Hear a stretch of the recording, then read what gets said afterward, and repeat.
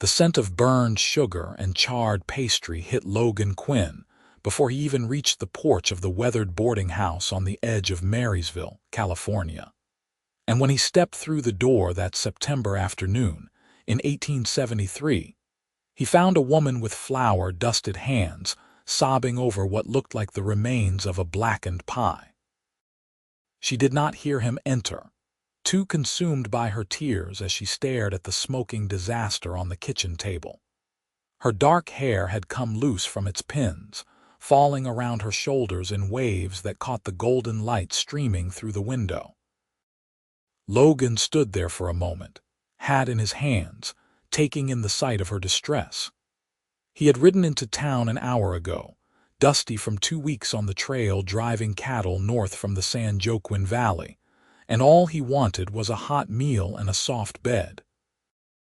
The boarding house had been recommended by another cowboy, but he had not expected to walk into a scene of such genuine heartbreak. "Madam," he said softly, not wanting to startle her. She spun around, her red-rimmed eyes wide with surprise. Even with tears streaking her face and flour smudged across her cheek, she was beautiful. Her eyes were the color of dark honey, and despite her obvious distress, there was a strength in the set of her jaw that caught his attention immediately. "I'm sorry," she gasped, wiping at her face with the back of her hand, leaving another streak of flour. "I did not hear anyone come in. Are you looking for a room?" Logan nodded, but his eyes drifted back to the ruined pie. The crust was black as coal around the edges, and the filling had bubbled over, creating a sticky mess on the tin. "Looks like you had some trouble there." Fresh tears spilled down her cheeks, and she turned away from him, her shoulders shaking. "It's ruined. Everything is ruined." There was something in her voice that suggested this was about more than just a pie, but Logan did not press. Instead, he walked over to the table and examined the disaster more closely. The center, he noticed, was not as badly burned as the edges. He pulled out a knife from his belt, wiped it clean on his bandana, and cut himself a generous slice from the middle portion. "What are you doing?" she asked, her voice trembling with confusion. Logan did not answer. He lifted the slice to his mouth and took a large bite. The filling was actually quite good, tart and sweet at the same time, with a hint of cinnamon that reminded him of his mother's cooking. The crust, while dark, was not inedible in the center sections. He chewed thoughtfully, then swallowed. "This is good," he said honestly, cutting another slice. "You cannot be serious," she whispered, watching him with wide eyes. "It's burned." "The edges are," he agreed, finishing the second slice with deliberate appreciation. "But the middle is just fine. Best pie I've had in months, actually. You got any more?" She stared at him as if he had lost his mind, but something in his genuine enjoyment seemed to break through her despair. A small, hesitant smile tugged at the corner of her mouth. "You are either very kind or you have terrible taste." "I've been eating trail food for 2 weeks straight," Logan said, setting down the knife and meeting her eyes. "Beans and hardtack and coffee that could strip paint off a fence. This pie, burned edges and all, is the finest thing I've tasted in a long time." "So yes, madam, I would like more if you're offering." She let out a sound that was half laugh, half sob, and shook her head. "I don't even know your name, and you're eating my failure." "Logan Quinn," he said, extending his hand, "and I don't see a failure. I see a woman who cares enough to cry over a pie, which tells me she puts her heart into what she makes." Her hand was small and warm in his, still dusty with flour. "Zara Vaughn. I run this boarding house. Well, I'm trying to run it. Today is my first day officially open, and I wanted to have something special ready for guests. I was so worried about getting the rooms perfect that I forgot about the pie in the oven." Logan understood then. This was about more than burned pastry. This was about pride and new beginnings and the fear of failing before she had even properly started. He had seen that same fear in his own reflection often enough, especially after his father died and left him responsible for their small ranch down in Kern County. He knew what it felt like to carry the weight of something important on your shoulders. "Well, Miss Vaughn, I'd be honored to be your first guest," he said. "And if this pie is any indication of your cooking, even burned, I think you're going to do just fine." She studied him for a long moment, and he felt something pass between them, some unspoken understanding. Then she straightened her shoulders, wiped her face one more time, and nodded. "Let me show you to a room, Mr. Quinn, and then I'll make you a proper supper to make up for the pie." The room she gave him was small but clean, with a window overlooking the main street of Marysville. He could see the bustle of the town below, miners and cowboys and merchants going about their business. The California gold rush had long since peaked, but Marysville was still a thriving community, positioned as it was at the confluence of the Yuba and Feather Rivers. It was a good place for a boarding house, Logan thought. Plenty of travelers passing through. He washed up and changed into a clean shirt, one of only two he owned that did not have holes in it. When he came back downstairs, the smell of frying steak and onions filled the kitchen, and Zara was moving around the stove with practiced efficiency. She had pinned her hair back up and changed her apron, and there was a determined set to her features that he found appealing. "Sit down," she said, gesturing to the table, which she had cleared of the pie disaster. "It will be ready in a few minutes." Logan sat watching her work. "You do all this yourself?" "For now," she said, flipping the steak with a fork. "I'm hoping that once I get established I can hire some help, but money is tight and I need to prove this place can turn a profit before I start spending on employees." "How did you come to own a boarding house?" he asked, genuinely curious. Zara was quiet for a moment, focusing on the food. When she finally spoke, her voice was soft. "My aunt left it to me when she died 6 months ago. I was working as a seamstress in San Francisco, barely making enough to survive. When the lawyer contacted me about the inheritance, it felt like a miracle. A chance to have something of my own, to build a life that wasn't just scraping by day to day." "No family to help you?" Logan asked carefully. "My parents died when I was young. Fever took them both within a week of each other.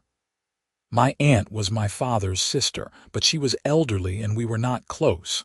I only met her a handful of times when I was a child, but she remembered me in her will, and for that I'll be forever grateful." Zara plated the steak and added roasted potatoes and green beans, setting it in front of him with a flourish. "There, a proper meal." It was indeed proper, and Logan ate with genuine appetite, complimenting her cooking between bites. Zara sat across from him with her own smaller portion, and they fell into easy conversation. She asked about his work, and he told her about the cattle drive, about the long days in the saddle and the nights under the stars. He told her about his ranch, small as it was, and his hopes of expanding it someday. "Why are you in Marysville?" she asked. "If your ranch is in Kern County, that's a long way to drive cattle." "Better prices up north," Logan explained, "and I needed to make some connections with buyers. My ranch is just starting out, really. My father ran it for years, but he was content to keep it small. I have bigger ambitions." "Ambition is good," Zara said, and there was approval in her eyes. "As long as it doesn't consume you," says the woman crying over a pie, Logan teased gently. She laughed, a real laugh this time, and the sound of it did something pleasant to his chest. "That's fair. I suppose I'm ambitious too, in my own way. I want this place to be the best boarding house in Marysville. I want people to seek it out specifically, not just because it's convenient. With cooking like this, I don't think you'll have any trouble," Logan said sincerely. Over the next few days, Logan found excuses to extend his stay.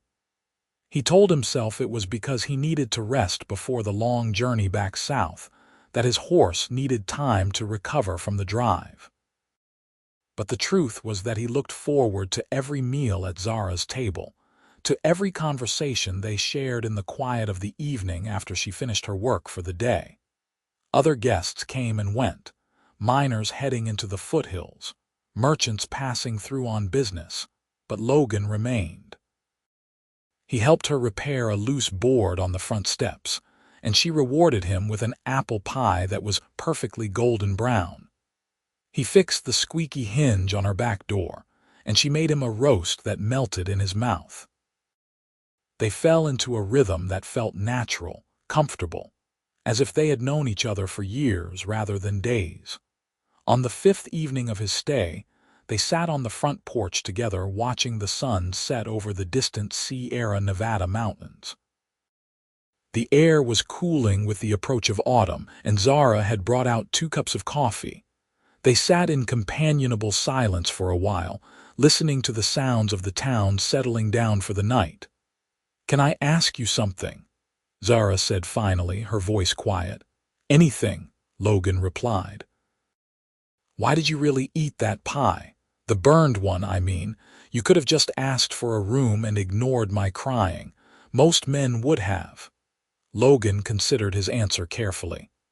"My mother died when I was 15.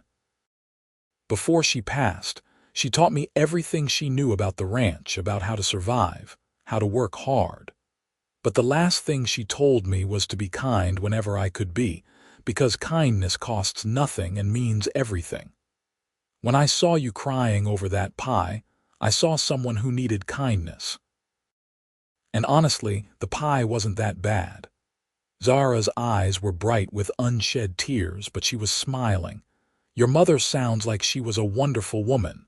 "She was. You remind me of her, actually. That same determination, that same fire." "I don't feel very fiery most of the time," Zara admitted. "Mostly, I feel terrified that I'm going to fail at this, that I'll lose the boarding house and end up back in San Francisco with nothing." Logan reached over and took her hand, and she did not pull away. "You're not going to fail. I've seen you with your guests, seen how hard you work. You have what it takes, Zara." She turned to look at him, and in the fading light her face was soft and beautiful. "You barely know me." "I know enough," he said. "I know you care deeply about things. I know you don't give up even when things go wrong. I know you make the best apple pie I've ever tasted, and I know that I haven't wanted to leave this porch, this town, or your company since the moment I got here." Zara's breath caught, and for a moment they just looked at each other. Then she squeezed his hand gently. "I'm glad you stayed. I'm glad you ate that terrible pie." "It wasn't terrible," Logan insisted, and they both laughed. That night, lying in his bed upstairs, Logan stared at the ceiling and tried to figure out what he was going to do.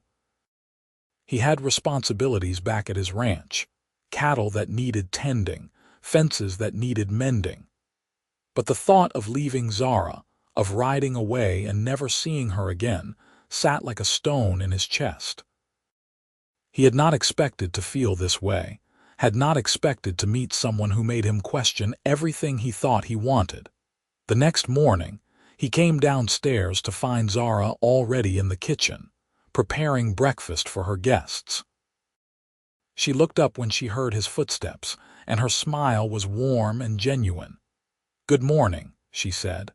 "I made extra biscuits because I know you like them." "You spoil me," Logan said, sitting down at his usual spot at the table. "You've earned it with all the repairs you've done around here," Zara replied, setting a plate in front of him. "I was going to hire someone to fix that back step, but you did it for free." "I like keeping busy," Logan said, which was true.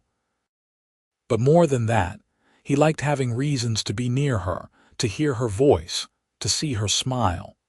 2 other guests joined them for breakfast, a merchant and his wife passing through on their way to Sacramento. They praised Zara's cooking enthusiastically, and Logan felt a surge of pride watching her accept their compliments with grace. After they left, he helped her clear the table while she washed the dishes.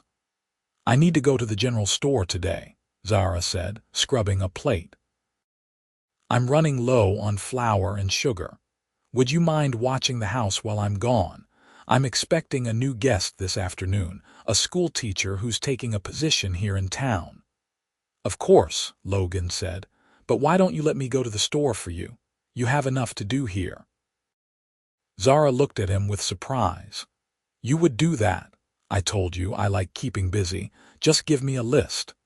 She dried her hands and wrote out what she needed, and Logan took the list and headed into town. The general store was crowded with morning shoppers, and he had to wait his turn. While he stood in line, he overheard two women talking near the fabric section. "Have you seen that new boarding house on the edge of town?" one of them said. "The one Harriet Vaughn left to her niece." "I have," the other woman replied. "I heard the girl is struggling. Too young to run a business like that on her own." "Well, you know how Harriet was, always helping strays. I suppose she thought she was giving the girl an opportunity, but mark my words, that place will be closed within 6 months. Logan felt his jaw tighten with anger, but he held his tongue. These gossiping women did not know Zara, did not know how hard she worked or how much she cared. He paid for the supplies and carried them back to the boarding house, his mind working. When he arrived, he found Zara in the parlor, dusting the furniture. She looked up with a smile when he entered. "That was fast," she said. "Store wasn't far," Logan replied, setting down the supplies. "Zara, can we talk?" Something in his tone made her set down her dusting cloth and give him her full attention. "What's wrong?" "Nothing's wrong, but I've been thinking. I need to head back to my ranch soon. I've been away longer than I planned, and there's work that needs doing, but I don't want to leave things unsaid between us." Zara's face went very still. "What things?" Logan took a breath and decided to just say it plainly. "I have feelings for you, strong feelings. I know we've only known each other a week, and I know you have your business to think about, but I can't leave without telling you that you've come to mean something to me." For a long moment, Zara did not speak, and Logan felt his heart hammering against his ribs. Then she stepped closer to him, close enough that he could see the flecks of gold in her brown eyes. "You mean something to me too," she said softly. "But I don't know what we can do about it. Your ranch is hundreds of miles away, and my boarding house is here. I can't abandon what my aunt gave me, not when I'm just getting started." "I'm not asking you to," Logan said quickly. "I would never ask you to give up your dream, but maybe we can figure something out. Maybe I can come back to visit when I can spare the time. Maybe we can write letters. I just need to know if you feel the same way I do." Zara reached up and touched his face gently, her fingers warm against his cheek. "I feel the same way. You've been so kind to me, so supportive. You saw me at my worst, crying over a stupid pie, and you didn't judge me. You just helped. That means more to me than I can say." Logan covered her hand with his own, turning his face to press a kiss to her palm. "Then we'll find a way to make this work. I don't care how difficult it is." They stood there together in the quiet parlor, and then Logan leaned down and kissed her softly. Zara's arms came up around his neck, and she kissed him back with a sweetness that made his head spin.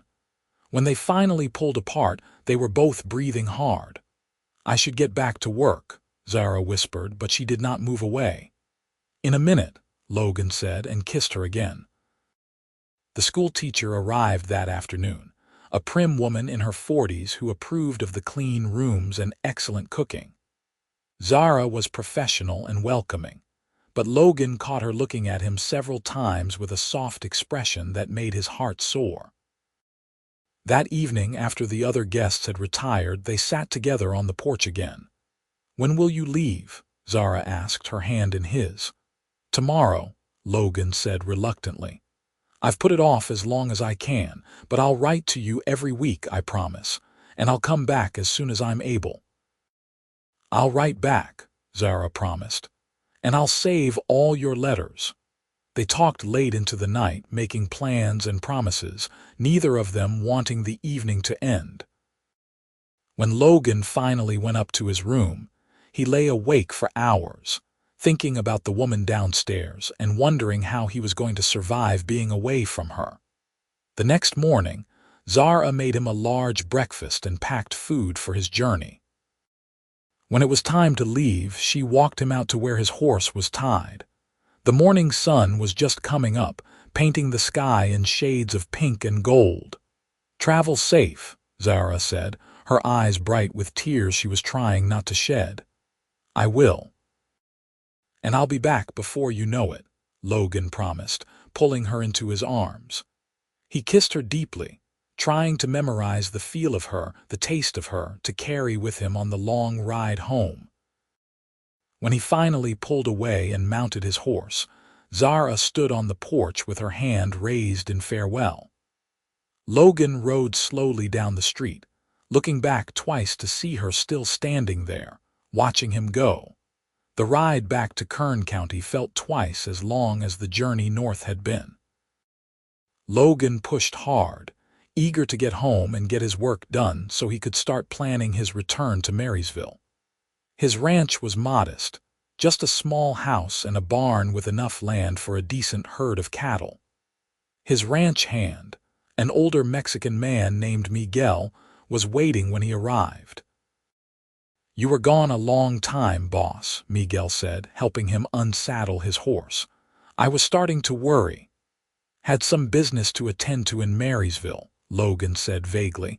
Miguel gave him a knowing look. "Business, huh? You have that look about you."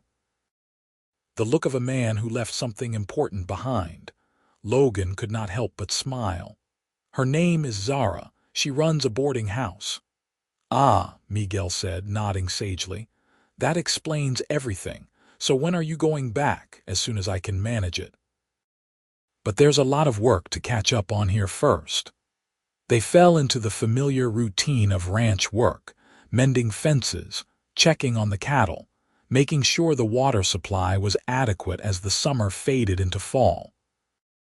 Logan wrote to Zara every Sunday evening, long letters telling her about his week, asking about hers, sharing his thoughts and dreams. Her letters back were equally long and detailed, and he read them over and over until the paper grew soft from handling. In her letters, Zara told him about her growing business. More guests were coming, word spreading about the quality of her establishment. She had hired a young woman named Sarah to help with the cleaning and laundry, which freed up more of her time for cooking. She told him about the changing seasons in Marysville, about the autumn rains that came early that year, about the challenges and victories of running her own business. Logan wrote back about his plans for the ranch, about how he was saving every penny he could spare. He did not tell her yet, but he was working toward something specific, a goal that had formed in his mind during those long weeks apart. 3 months passed, and Logan worked harder than he ever had before. He took on extra jobs when he could, helped neighbors with their harvests, did everything possible to build up his savings. Miguel watched him with amusement and understanding, occasionally shaking his head at Logan's relentless pace. "You are going to work yourself to death, boss," Miguel said one evening as they finished up the day's chores. "I'm fine," Logan insisted. "Just want to get ahead a bit." "You want to get back to that woman," Miguel corrected, "and I think maybe you should. You have been like a ghost these past months, here but not really here." Logan sighed and leaned against the fence, watching the sunset. "I miss her, Miguel, every single day, but I can't just leave the ranch to fall apart. The ranch will be fine. I can manage things for a couple of weeks." "You trained me well enough. Go see your woman before you go crazy." Logan looked at the older man with gratitude. "You would do that, of course. You think I want to work for a man who mopes around like a kicked puppy? Go, see her. Bring her back here if you can convince her." That night, Logan wrote to Zara telling her he was coming to visit. He did not wait for a response, just started making preparations for the journey. He was going to do this properly, he decided. He was going to ask her to marry him, to take a chance on building a life together. He spent his savings on a simple gold ring from the jeweler in town. Nothing fancy but solid and well made. The ride north felt eternal and too short at the same time. Logan was nervous in a way he had never been before, not even when facing down angry steers or difficult buyers. This mattered more than anything else ever had, and the possibility that Zara might say no terrified him. He arrived in Marysville on a cold December afternoon, 3 months and 2 weeks after he had left. The boarding house looked warm and inviting, smoke rising from the chimney. Logan tied his horse and stood for a moment, gathering his courage. Then he walked up the steps and through the door. Zara was in the kitchen, as he had somehow known she would be. She was rolling out dough for what looked like biscuits, and she did not hear him enter. Logan stood in the doorway, just watching her for a moment, drinking in the sight of her. She looked exactly the same and somehow more beautiful than he remembered. "Hello, Zara," he said softly. She spun around, eyes wide, and the rolling pin fell from her hands to clatter on the table. "Logan." Then she was running to him, flour flying, and he caught her in his arms and lifted her off her feet, spinning her around. She was laughing and crying at the same time, her arms tight around his neck. "You're here," she gasped. "You're really here. I got your letter, but I didn't know when to expect you." "I left right after I sent it," Logan said, setting her down but not letting go. "I couldn't wait any longer." She pulled back just enough to look at him, her hands framing his face. "You look tired." "I worked hard to get here," he admitted. "I've been saving up, making plans. Zara, we need to talk." Something in his expression made her go very still. "That sounds serious." "It is serious. The most serious thing I've ever done." Logan took a deep breath and pulled the ring from his pocket. He did not get down on one knee, just stood there holding it between them, looking into her eyes. "I love you, Zara Vaughn. I've loved you since the moment I ate that burned pie and saw the strength underneath your tears. These 3 months apart have been the longest of my life, and I don't want to spend another day without you. Will you marry me?" Zara's hands flew to her mouth, and fresh tears streamed down her face. For a terrifying moment she did not speak, just stared at him with wide eyes. Then she nodded, her whole body shaking. "Yes. Yes, Logan, I'll marry you. I love you too. I've been miserable without you." Logan slipped the ring onto her finger and kissed her with all the pent-up longing of 3 months apart. She kissed him back just as fiercely, and when they finally broke apart, they were both laughing. "I was so afraid you would say no," Logan admitted. "I was so afraid you wouldn't ask," Zara replied.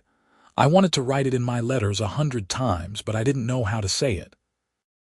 I didn't know if it was too soon or too presumptuous." "It's not too soon. When you know," Logan said firmly. "But we need to figure out the practical things. Your boarding house is here and my ranch is in Kern County. That's not a small distance." Zara was quiet for a moment, thinking.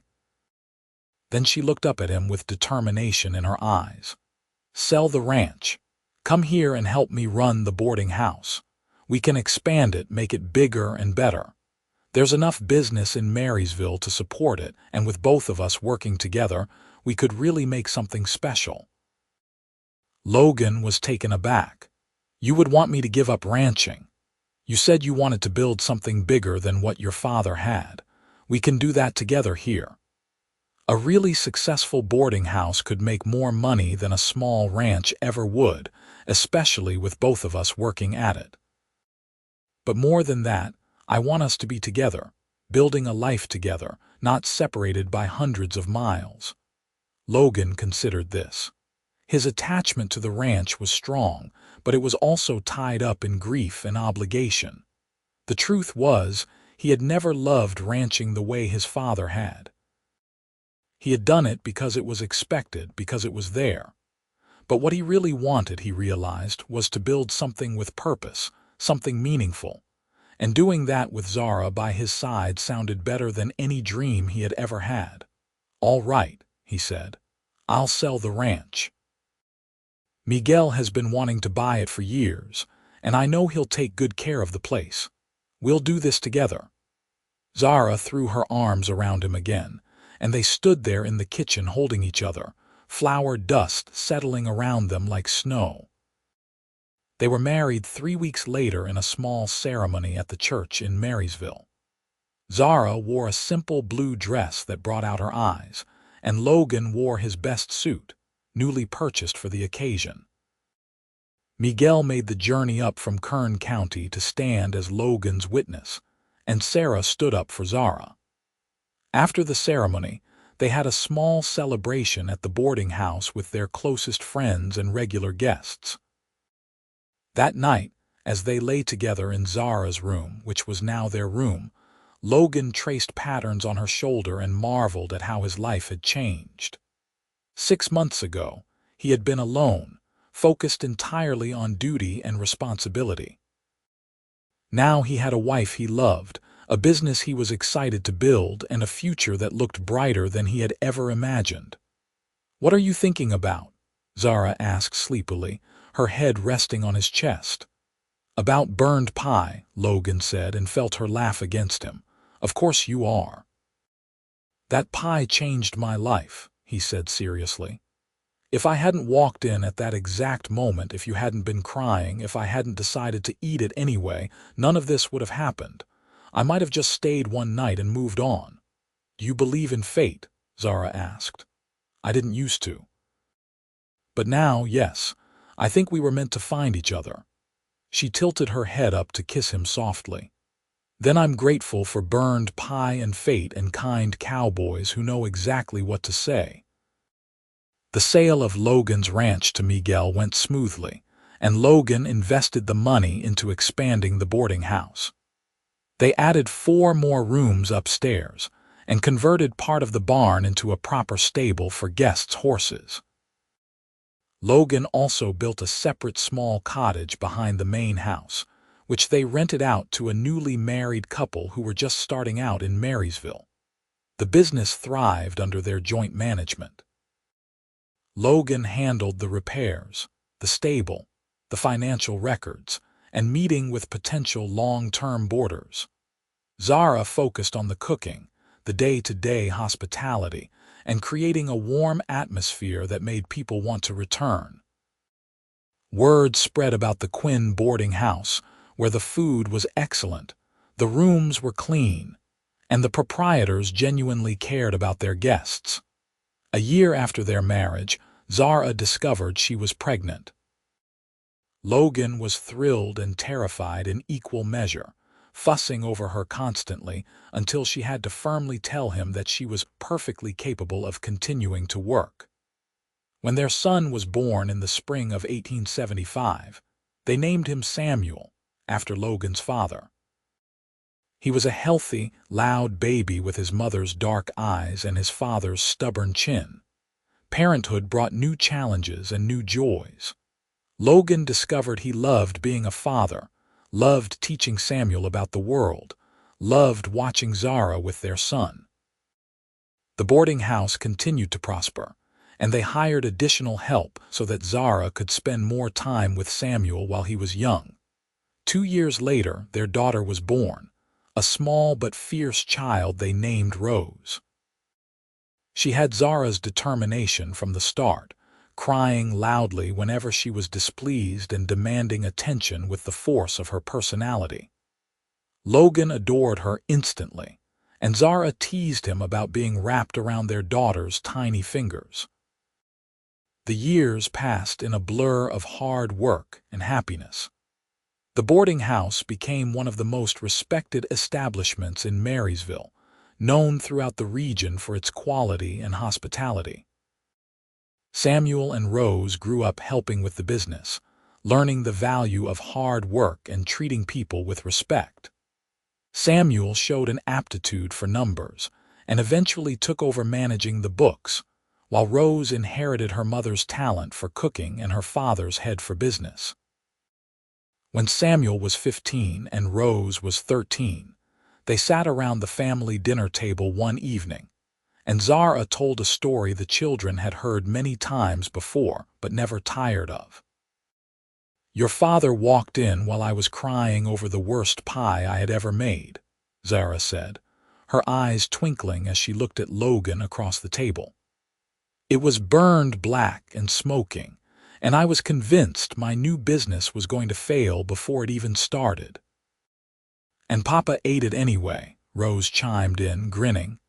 "Even though it was terrible." "It wasn't terrible," Logan protested, as he always did when this story was told.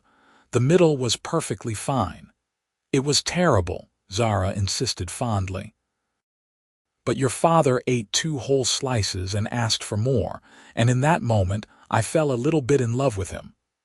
"Just a little bit?" Logan asked, reaching across the table to take her hand. "Well, maybe more than a little bit," Zara admitted, squeezing his fingers. Samuel made a face, as teenage boys do when their parents show affection, but he was smiling. "I still think it's strange that our family history starts with a burned pie." "I think it's perfect," Logan said. "It reminds us that good things can come from mistakes, that kindness matters, and that sometimes the worst moments in our lives lead us to the best things." Over the years, Logan and Zara never forgot that truth. When guests arrived stressed or upset, they went out of their way to offer comfort and understanding. When young couples came through Marysville looking to start their own businesses, Logan and Zara offered advice and encouragement, remembering how hard those early days had been. They built not just a successful business but a legacy of compassion and hard work. When Logan was 50 and Zara was 48, they finally sold the boarding house to Samuel and his new wife, deciding it was time to let the younger generation take over. They bought a small house on the edge of town with a garden where Zara could grow vegetables and flowers, and a workshop where Logan could tinker with woodworking projects. On their 25th wedding anniversary, Logan surprised Zara with a pie he had made himself. It was lopsided and slightly burned around the edges, and when Zara cut into it, they both burst out laughing at the mess inside. "You did this on purpose," Zara accused, but she was smiling. "Maybe," Logan admitted. "I wanted to recreate that first day. Though I have to say, my pie is somehow worse than yours was." "That's because you don't have the gift," Zara teased, "but I appreciate the sentiment." They ate the terrible pie together, laughing and remembering, and Logan thought about how lucky he had been to walk through that boarding house door all those years ago. He had been looking for a meal and a bed, and he had found everything he never knew he needed. "What would you have done if I had ridden on past Marysville that day?" Logan asked. Zara considered the question seriously. "I suppose I would have kept running the boarding house, worked hard, maybe eventually found someone else. But I'm so glad I didn't have to." "You were exactly what I needed at exactly the right moment." "Fate," Logan said. "Fate," Zara agreed. "And burned pie." They grew old together in their small house, watching their children build successful lives, welcoming grandchildren and eventually great-grandchildren. The boarding house continued to thrive under Samuel's management, and it became something of a local legend that it had started with a cowboy and a woman crying over burned pie. Logan never stopped being grateful for that September day in 1873 when he had walked into a kitchen and found a woman in tears. He never stopped marveling at how a simple act of kindness, eating 2 slices of terrible pie and asking for more, had led to a lifetime of love and partnership. On his 73rd birthday, sitting on his porch with Zara beside him and surrounded by family, Logan looked around at the life they had built and felt a profound sense of contentment. The little boy who had lost his mother young, the lonely rancher struggling to build something meaningful, had found everything he ever needed in a woman with flour in her hair and tears on her face. "What are you thinking about?" Zara asked, as she had asked 1,000 times over the years. "Burned pie," Logan said, and she laughed the way she always did, always with the pie. "Always," he agreed, taking her hand, "because that pie gave me you and you gave me everything else." She leaned her head on his shoulder, and they sat together watching the sun set over Marysville, the town where they had built their life, the place where a disaster in the kitchen had led to the greatest love story Logan could have imagined. The years had been good to them, full of hard work and laughter, challenges and triumphs, and through it all, they had faced everything together. And sometimes, on special occasions, Zara would deliberately burn a pie just a little around the edges, and Logan would eat it with exaggerated enthusiasm. And they would remember the beginning of their story and feel grateful all over again for the twists of fate that had brought them together. Their love had started with kindness and grown into something deep and lasting, built on mutual respect, shared dreams, and the understanding that sometimes the best things in life come from the moments when everything seems to be going wrong. Logan had eaten that burned pie not because he had terrible taste, but because he recognized something precious in Zara's tears, something worth preserving and protecting. And Zara had fallen in love with him not because he was the handsomest or richest man who ever walked through her door, but because he had seen her at her worst and chosen kindness over judgment, had seen past the burned pastry to the woman who cared enough to cry over it. In the end, their story became part of Marysville's history, told and retold in the boarding house that bore their name, a reminder that love often begins in the most unexpected moments, and that sometimes the greatest romances start with nothing more complicated than a burned pie, a kind heart, and the courage to ask for more.